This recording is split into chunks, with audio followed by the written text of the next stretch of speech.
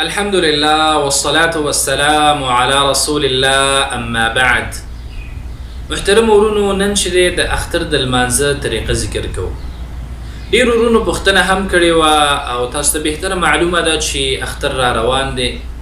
ډېر داسې ورونه وایي چې هغوی ته د اختر د لمانځه طریقه نه ده زده، نو دا هم بهتره وګڼله چې د اختر د لمانځه طریقه مختصر هغه ذکر کړو. محترمو د اختر د لمانځه ډېرې طریقې دي، خو هغه طریقه به ذکر کوو کوم چې د رسول الله صلی الله علیه وسلم نه په صحیح احادیثو را ثابت ده او د ډېرو صحابه کرامو عمل دی او د جمهور علماو دغه طریقه ده.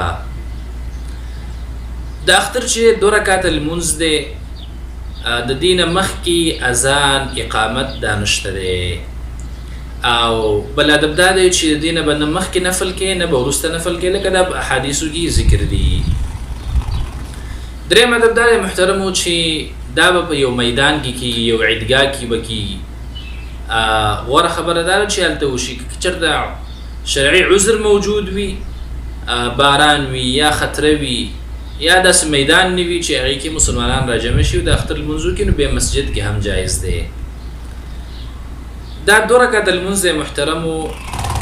اولنی تکبیر چې کله وویلی شي تکبیر تحریمه، چې کوم باندې انسان لمونځ ته داخلیږي، هغې نه پس به سبحانک اللهم وبحمدک اخره پورې، او بیا اول رکعت کې چې دی 7 تکبیرات دي د سورة فاتحې او د قرأت نه مخکې. 7 تکبیرات به امام وایي او مقتدي به ورسره هم 7 تکبیرات وایي. هغې نه پس به امام سورة فاتحه وایي الحمدلله رب العالمین جهرن په زوره سره، او مقتدي به هم پټ پټ ځان سره وایي، او دغه رنګې بیا به قرأت وکړي، یو صورت به ورسره یوځای کړي، او بیا نور عام مونځ دی څنګه چې عام مونځ کېږي هغه شانتې لمونځ دی. خو دویم رکعت ته چې کله راپاڅېږي نو الله اکبر ووایي. هغه الله اکبر چې کوم د سجدې نه دا راپاڅېدو او ودرېدو، هغې نه غیر به 15 تکبیرات وکړي دویم رکعت کې، او بیا به سورة فاتحه او قرأت وکړي، او بیا نور عام مونځ دی. نو دغه طریقه شوه د اختر د لمانځه.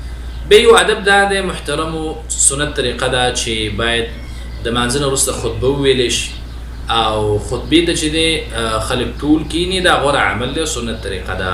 هغې نه پس بل ادب دا دی محترمو چې په کومه لار باندې ته راغلی د عیدګاه ته، نو باید چې کله واپس کېږي نو دغه لار بدله کېدي کې ډېر زیات خیرونه دي، ډېر زیات حکمتونه دي، او د الله د نبي طریقه ده. دا شوه د اختر د لمانځه مختصر طریقه. وصلی الله تعالی علی خیر خلقه محمد و آله و صحبه اجمعین.